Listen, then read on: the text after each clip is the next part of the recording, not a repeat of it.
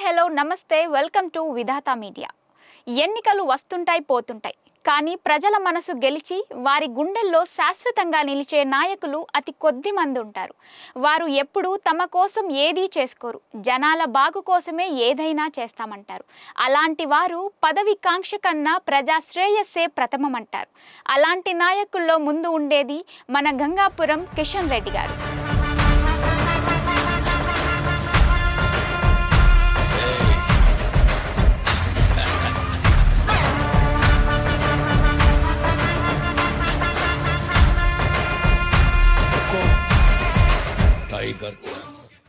సౌమ్యుడు, పార్టీలతో సంబంధం లేకుండా అందరూ గౌరవించే గొప్ప నాయకుడు. ప్రజలంతా అభిమానంగా కిషన్ అన్న అని పిలుచుకుంటారు. ఎన్ని ఒడిదుడుకులు ఎదురైనా అకుంఠిత దీక్షతో పనిచేస్తే ఫలితాలు వాటంతటవే వస్తాయి అనడానికి నిలువెత్తు నిదర్శనం మన కిషన్ రెడ్డి. 2018 అసెంబ్లీ ఎన్నికల్లో ఓడినా 2019 పార్లమెంటు ఎన్నికల్లో విజయం సాధించడమే కాకుండా 2024 సార్వత్రిక ఎన్నికల్లో మరోసారి సికింద్రాబాద్ ఎంపీగా గెలిచి కిషన్ రెడ్డి అంటే ఏంటో, తన సత్తా ఏంటో మరోసారి ఈ లోకానికి చాటి చెప్పారు. సాధారణ కార్యకర్త స్థాయి నుంచి నేడు కేంద్ర మంత్రిగా రెండవసారి ప్రమాణ స్వీకారం చేసిన తీరు అద్భుతం.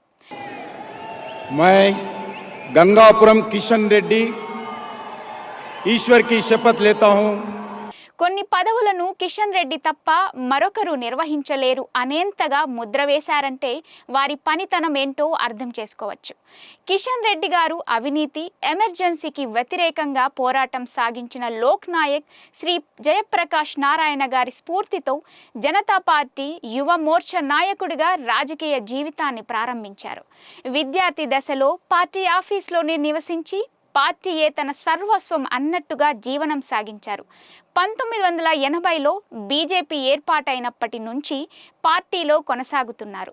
బీజేపీలోనూ సాధారణ కార్యకర్తగా మొదలుపెట్టి ఒక్కొక్క మెట్టు ఎక్కుతూ పార్టీకి సంబంధించి రాష్ట్ర స్థాయి, జాతీయ స్థాయిలో ఉన్నత బాధ్యతలను నిర్వర్తించారు. 2002లో భారతీయ జనతా యువ మోర్చా జాతీయ అధ్యక్ష బాధ్యతలు చేపట్టారు. 2004లో బీజేపీ తరపున హిమాయత్ నగర్ నియోజకవర్గం నుంచి మొదటిసారిగా గెలిచి అసెంబ్లీలో అడుగుపెట్టారు. విపక్ష పార్టీలన్నీ దారుణ పరాజయాన్ని చవిచూసిన సమయంలో తొలిసారి ఎమ్మెల్యేగా గెలిచిన మొత్తం ప్రతిపక్షాన్ని ప్రతిబింబించేలా ప్రజాస్వామ్యాలపై గలమెత్తారు. అసెంబ్లీ చర్చల్లో లోతైన విశ్లేషణ, పరిపూర్ణతతో కిషన్ రెడ్డి చేసిన ప్రసంగాలు రాజకీయాలకు, సిద్ధాంతాలకు అతీతంగా అందరి మన్ననలు అందుకున్నాయి. 2009, 2014లో అంబర్పేట నుండి ఎమ్మెల్యేగా గెలుపొంది ప్రతిపక్ష నాయకులు సైతం మెచ్చుకునేలా పనిచేశారు.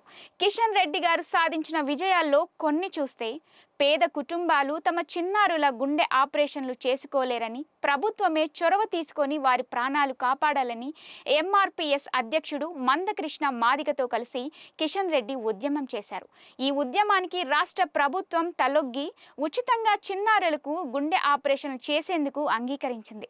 ఇలా చిన్నారులకు ఉచిత గుండె ఆపరేషన్ల విషయంలో తీసుకున్న ప్రత్యేక చొరవ, పోషించిన పాత్ర కారణంగా యూనిసెఫ్ యొక్క చైల్డ్ ఫ్రెండ్లీ లెజిస్లేటర్ గౌరవాన్ని పొందారు. తెలంగాణ హోంగార్డ్స్ అసోసియేషన్ గౌరవాధ్యక్షుడిగా హోంగార్డుల పనికి తగ్గ వేతనం, వారికి గౌరవాన్ని అందించేందుకు, వారి జీవితాలను మెరుగుపరిచేందుకు జరిగిన ఉద్యమాలను ముందుండి నడిపించారు.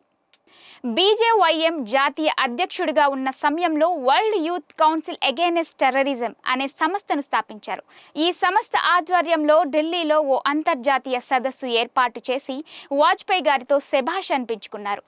దేశ సరిహద్దు గ్రామాల ప్రజలకు భరోసాని కల్పించడంతో పాటుగా ఆ గ్రామాలపై ప్రభుత్వం ప్రత్యేకమైన దృష్టి సారించి అక్కడ వసతులు ఏర్పాటు చేయాలన్న లక్ష్యంతో సీమా సురక్ష జాగరణ్ యాత్రను కూడా నిర్వహించారు. ప్రత్యేక తెలంగాణ ఉద్యమంలో కిషన్ రెడ్డి రాష్ట్ర వ్యాప్తంగా ప్రజల్లో చైతన్యాన్ని రగిలించేందుకు 25 రోజుల పాటు కృష్ణానది నుంచి గోదావరి వరకు తెలంగాణ పోరు యాత్రతో 333 సమావేశాలు నిర్వహించారు.